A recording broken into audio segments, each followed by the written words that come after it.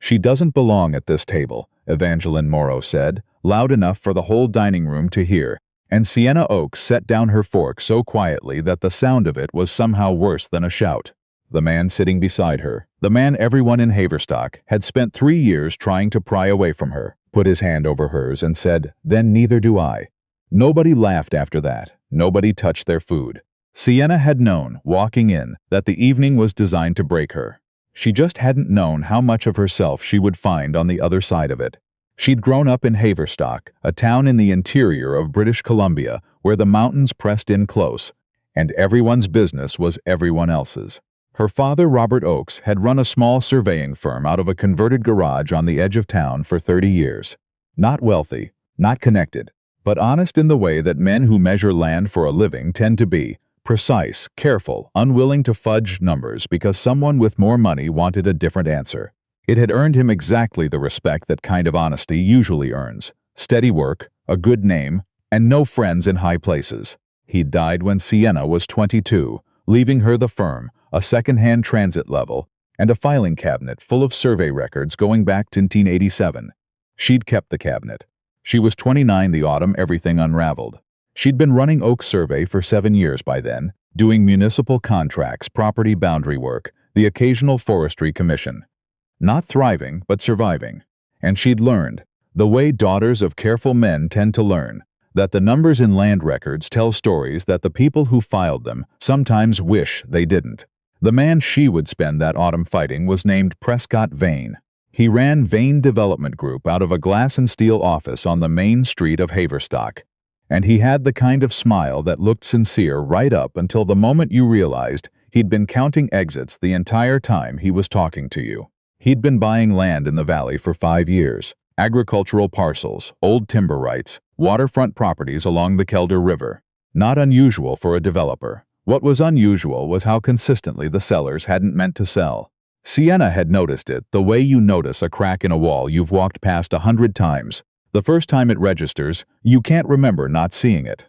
The crack appeared in the form of a survey discrepancy on the Alderton parcel, 40 hectares of riverside property that had been in the same family since 1953.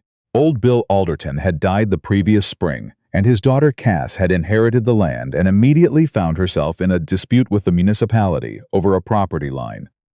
The municipality said the eastern boundary sat 12 meters west of where Cass's deed said it was. 12 meters that happened to place a seasonal creek and its associated water rights on municipal land instead of private. Cass Alderton had come to Sienna in September with a folder of documents and the expression of a woman who has not slept well in weeks. Dad had that line surveyed in 1991, Cass said. He was meticulous. He kept everything. And now the municipal office is telling me his records are wrong and the current assessment is right. Sienna had agreed to review the file. She spent 2 evenings going through it.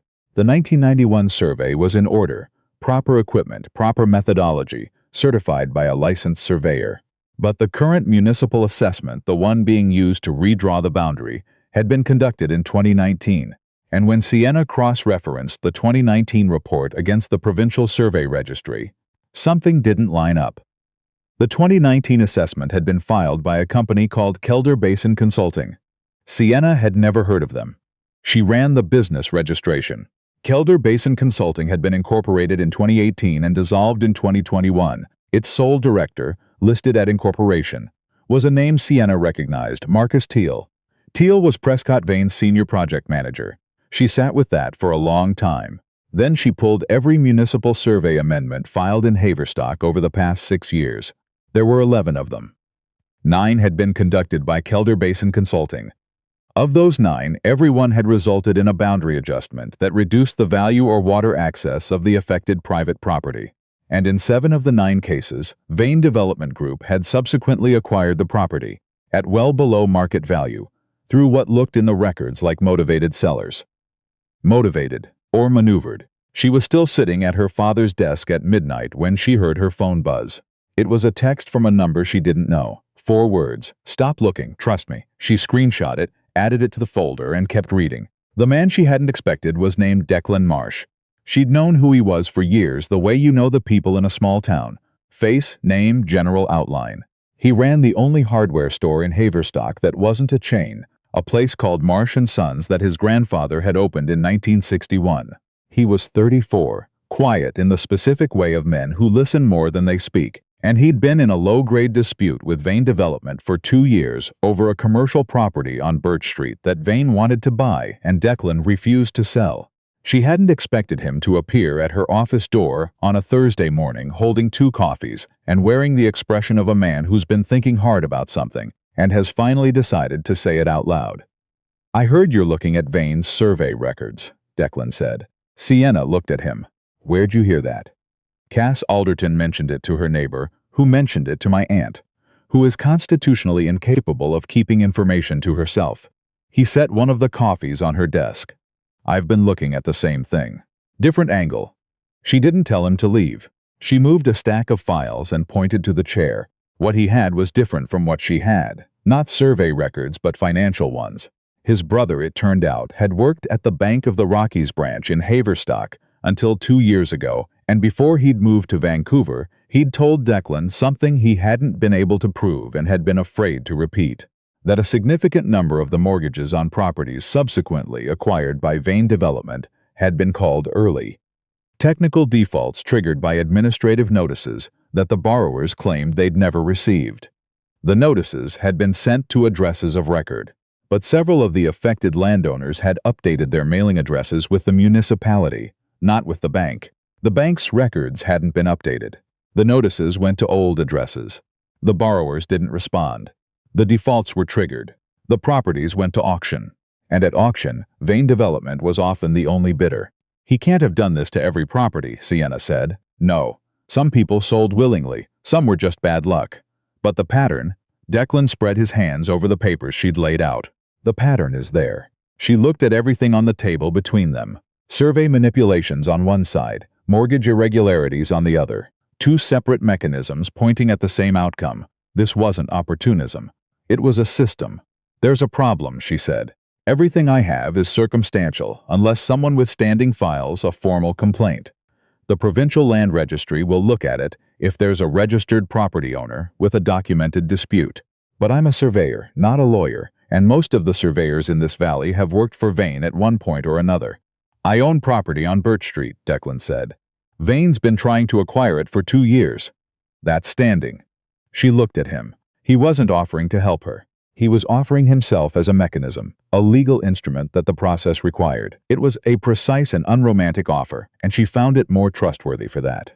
"I'll think about it," she said. "Don't think too long." He stood. "The annual Heritage Society Gala is Saturday. Vane will be there. Half the town council will be there. If you want to understand who's protecting him, watch who sits at his table." She hadn't planned to attend. She didn't own a good dress, and she didn't enjoy galas, which were fundamentally exercises in performing ease for people who were actually calculating. But Declan's comment stayed with her. "Watch who sits at his table." She went. The Haverstock Heritage Society Gala was held every November in the ballroom of the Cedarwood Inn, a heritage building that smelled like wood polish and old ambition. Sienna arrived alone, in a navy dress she'd bought for a cousin's wedding 3 years ago and hadn't worn since. She'd taken some care with her hair, not because she wanted to impress anyone, because you don't walk into a room where people are waiting to underestimate you and give them a head start. She saw Declan near the bar, in a dark jacket that suggested he'd also made some effort, talking to Pete Halver, whose family had owned the grain elevator at the edge of town until 2 years ago. She noted that. Halver had sold to Vane Development in 2022. He'd told anyone who asked that it was a fair deal, and he had no complaints. But he was standing in the corner with the particular posture of a man at a party he didn't want to attend, drinking faster than the conversation warranted. Prescott Vane was holding court at the center table, surrounded by people who laughed at the right moments. He was 50, trim, silver-haired in a way that read as distinguished rather than old. He wore success the way some men wear a good coat, like they'd forgotten it wasn't a natural condition. Beside him sat his wife, Evangeline Morrow. She'd kept her name, a detail everyone in Haverstock had opinions about, who was beautiful and precise and who Sienna had always found slightly chilling. Not cruel, just cold. The kind of cold that comes from spending years in rooms where warmth is a liability. Declan appeared at Sienna's elbow sometime after the first course. "Whitmore is at the table," he said quietly. "Left side, talking to Crane's wife. Gordon Whitmore was the municipal assessor. He was the one who had certified the 2019 boundary surveys. He was the one whose office had processed every one of the 11 boundary amendments. Sienna had been building a theory about him for 3 weeks, and seeing him laughing at Prescott Vane's table while Cass Alderton was at home, fighting to keep a creek she'd grown up swimming in, did something specific and cold to Sienna's chest. "I see him," she said. "Table on the right, near the window. The woman in the green jacket is Lynn Alderton." Sienna turned. It was Cass's older sister. She was sitting alone, not eating, watching the center table with the expression of someone who has been angry for so long it has calcified into something quieter and more permanent. "She came," Sienna said. "She comes every year. She says somebody from her family should watch what happens in this town." Declan paused. "I think she's been waiting for someone to do something about it." The dinner passed. Sienna ate without tasting anything, watching the room. She watched who deferred to Vane and who avoided looking at him. She watched Whitmore lean close to Vane during dessert and say something that made Vane go still for half a second, then smile. She watched Pete Halver leave early, before the speeches, with the particular speed of someone who'd reached his limit of pretending. She was thinking about the survey records, about the specific detail that Kelder Basin Consulting had been dissolved in 2021, which meant the evidence of its connection to Vane had been quietly buried in the registry. When Evangeline Morrow's voice cut across the table, "I didn't realize the Heritage Society had relaxed its membership requirements." It was said to the woman beside her, but aimed with the precision of someone who'd been waiting for the right angle. It landed exactly where it was intended to, in the general direction of Sienna, who was sitting 3 seats down, who was not a Heritage Society member, who had been brought as Declan's guest. The table went quiet in that particular way that means everyone heard. Declan set down his fork. His voice, when he spoke, was unhurried and completely clear. "The requirements haven't changed. Sienna Oakes is here as my guest. She's a licensed land surveyor, a third-generation Haverstock resident, and the daughter of a man who did more honest work in this valley than everyone at this table combined." He looked at Evangeline. "I'd say she belongs here more than most." Evangeline's expression didn't shift, but Prescott Vane looked at Sienna for the first time all evening, and something in his eyes sharpened. He had recognized the name. She could see it. She looked back at him without flinching. She had spent 3 weeks reading his records in the back room of her father's office, and she knew things about the way he had built his empire that he did not know anyone knew. That was at this particular moment the only weapon she had, but she had learned from her father that a good survey instrument, handled correctly, is enough. "Mr. Vane," she said, "I've been reviewing some survey records that involve properties your company acquired. I'd be happy to discuss them with you whenever you're ready." The sentence was polite. The implication was not. Prescott Vane set his wine glass down. "Miss Oakes, I'm not sure what records you think you've found, but I'd be careful about making implications in a public setting." "I haven't made any implications. I mentioned I'd reviewed records. If there's an implication you're hearing in that, I'd be curious what you think it might be." Someone at the far end of the table suppressed a sound that might have been a laugh and covered it with a cough. Gordon Whitmore was very still. Declan looked at her with an expression that was difficult to read.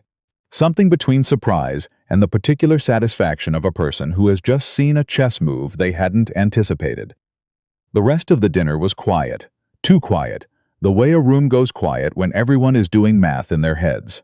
Vane spoke twice more, and both times he was careful, measured, watching her. Whitmore left before the dancing started. Evangeline did not speak again. When Sienna and Declan stepped out into the cold November air, the mountains were dark against a purple sky and their breath came out in small visible clouds.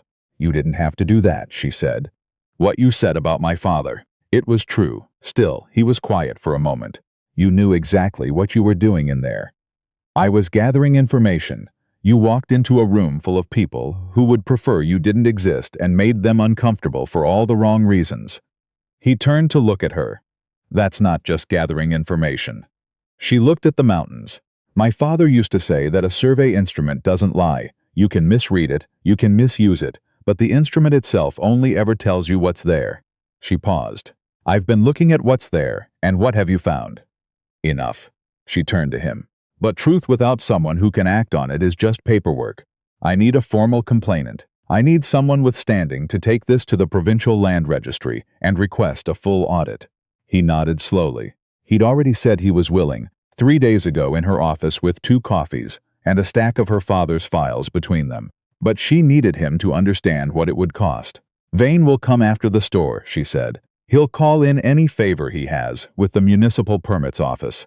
He'll put pressure on your suppliers. He'll make noise about the neighborhood association and the commercial zoning and every administrative lever he can reach." "I know, and it might not work. The audit process takes months. Vane has lawyers in Vancouver. We'd be filing against someone who knows how the machinery works better than almost anyone." "Sienna." He said her name the way you say something you're sure of. "My grandfather opened that store in 1961. My father ran it for 30 years. I've run it for 8. It survived 2 recessions, a flood, and a pandemic. It will survive Prescott Vane."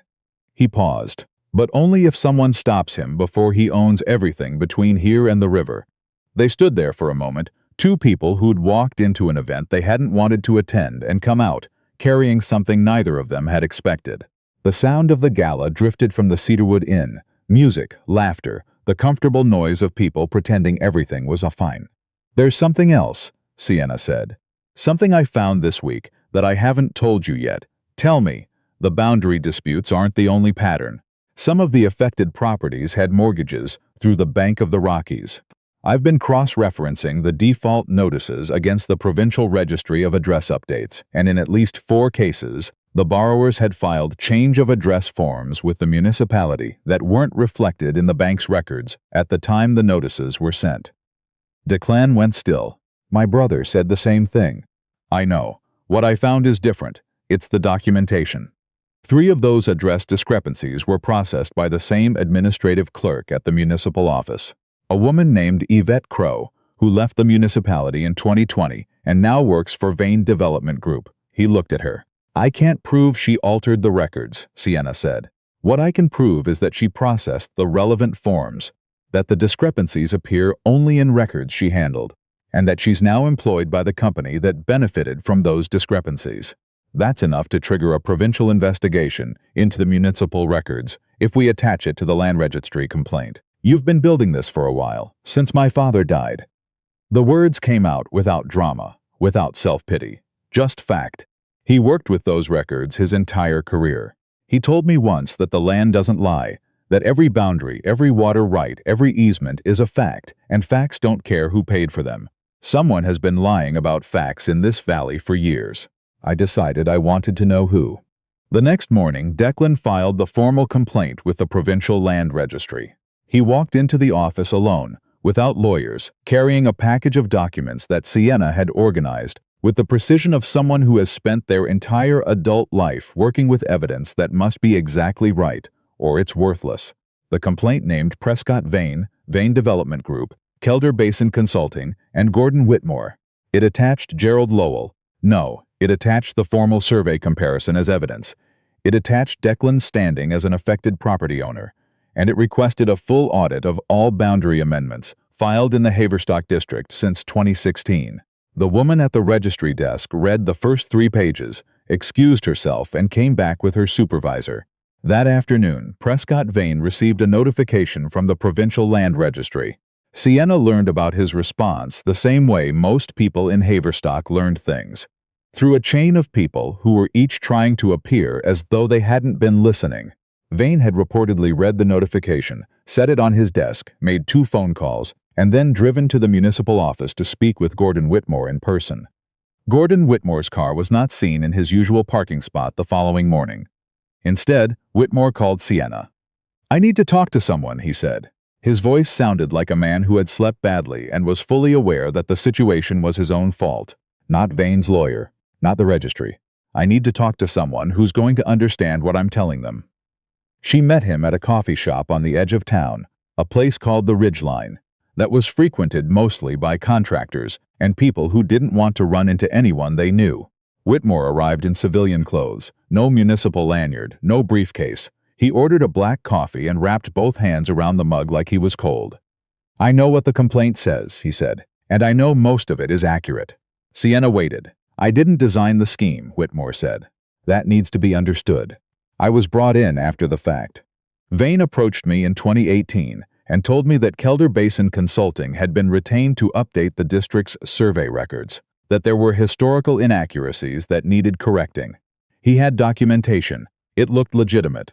I certified the amendments because the paperwork appeared to be in order, and then you kept certifying them, Sienna said. For 4 years, his jaw tightened.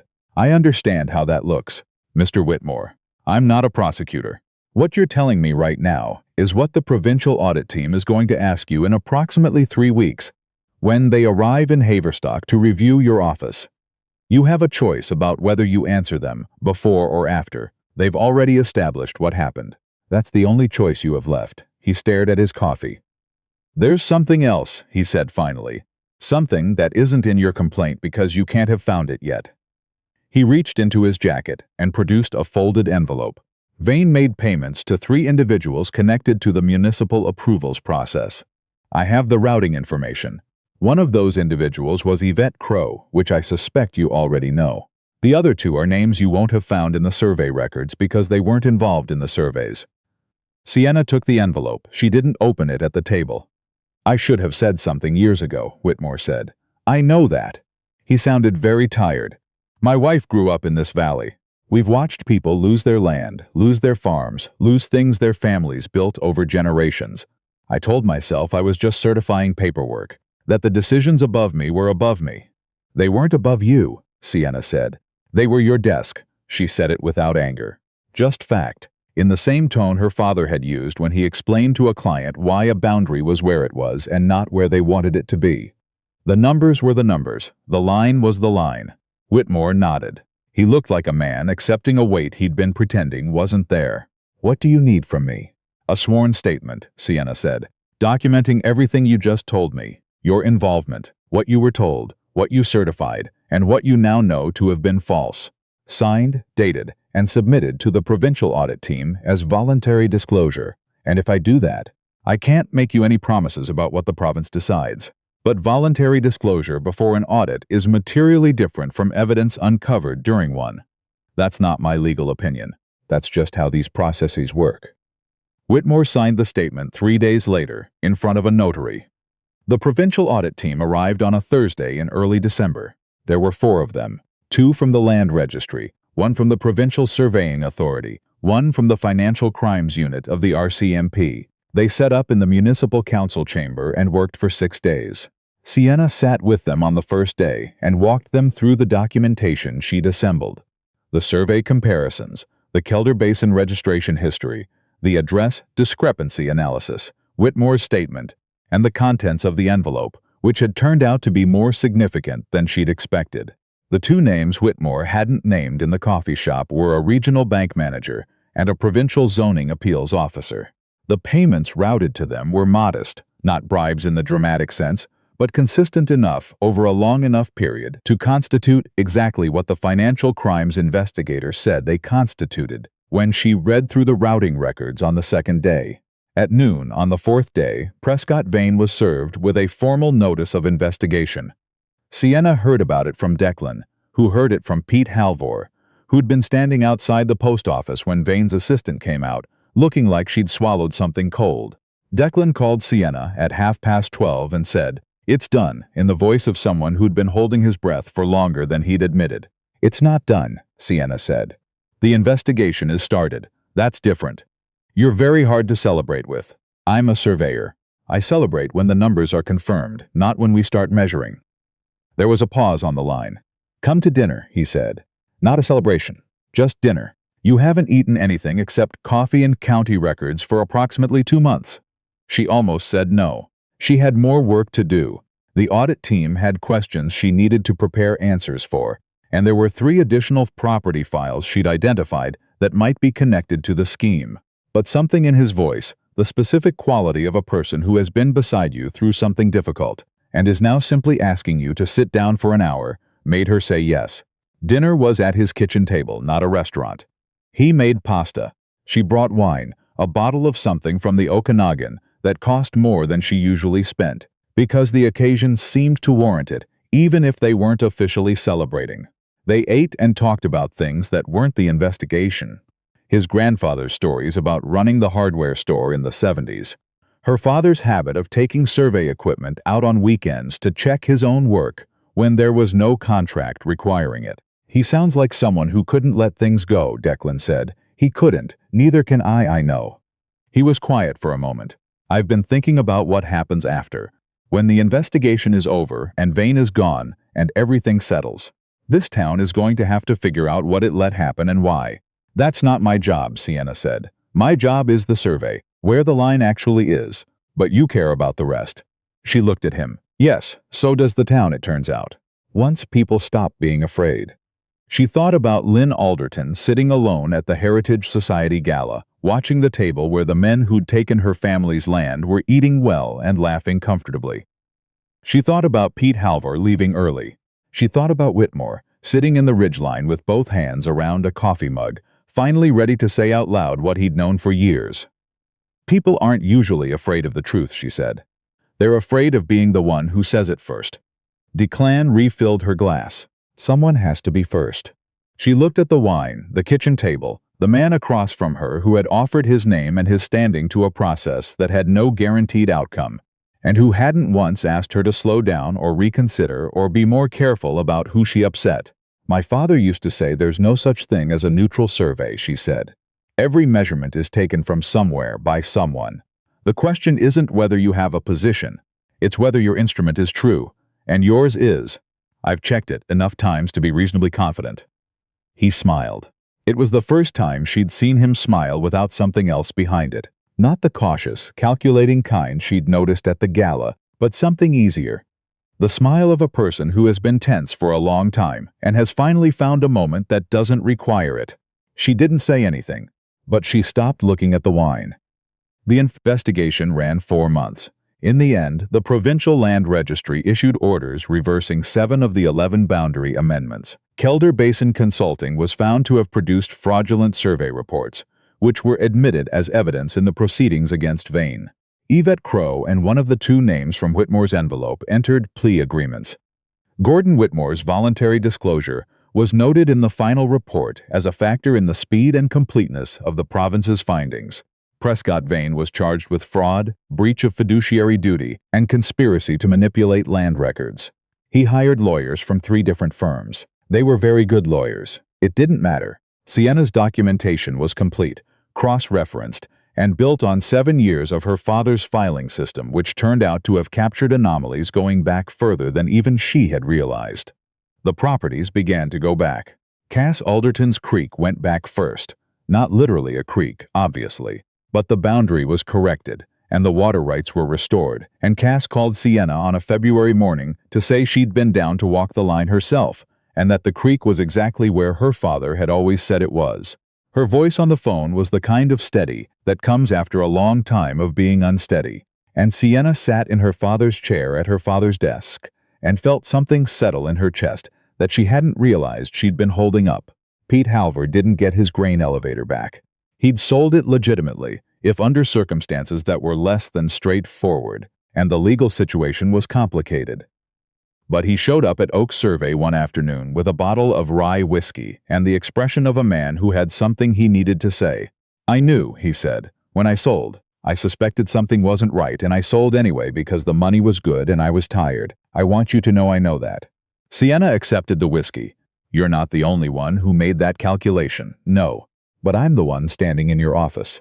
He looked around. At the filing cabinet, the transit level her father had bought in 1989, the survey maps pinned to the wall going back decades. "He was a good man, your father. I've been thinking about him a lot lately. So have I." On the morning the final restitution order was issued, Sienna drove out to the Alderton property at the edge of town, not to see Cass. She'd been there for that already. She drove to her father's favorite survey point, a small rise in the land east of the river, where you could see 3 property lines converge and the mountains behind them, and where her father had once told her that this was the best spot in the whole valley to understand why the numbers mattered. She stood there for a while, in the cold spring light, and thought about the filing cabinet he'd left her, and all the records she'd read, and the 7 years of building something out of what he'd left behind. She thought about Declan, who was at the hardware store right now, who had started taking long walks on Sunday mornings, and sometimes called her from them. which she had begun to find that she looked forward to in a way that surprised her by how unsurprising it was. She thought about what her father had said the last time they'd stood at this spot together, 2 years before he died. The boundary is only the beginning. What matters is what people build on either side of it. The mountains were the same. The river was the same. The measurements were confirmed, documented, filed with the province, and correct. She walked back to her truck. There was work to do. She had 3 new clients that spring. 2 of them families who had received restitution orders and wanted independent surveys before they rebuilt, and one of them a young woman who had inherited a piece of land outside town and wanted to understand exactly what she had before anyone told her what to do with it. Sienna sat across from her at the desk that had been her father's and spread the maps between them and said, "Let's start with where the lines actually are." It was the truest sentence she knew. It had been the truest sentence her father knew. She suspected it would be the truest sentence she would ever say in a lifetime of measuring things that mattered. Some inheritances are land. Some are instruments. Some are the refusal to pretend the numbers say something they don't, even when the room is full of people who have built their comfort on the assumption that you will. Sienna Oakes had inherited all 3, and she intended to use everyone.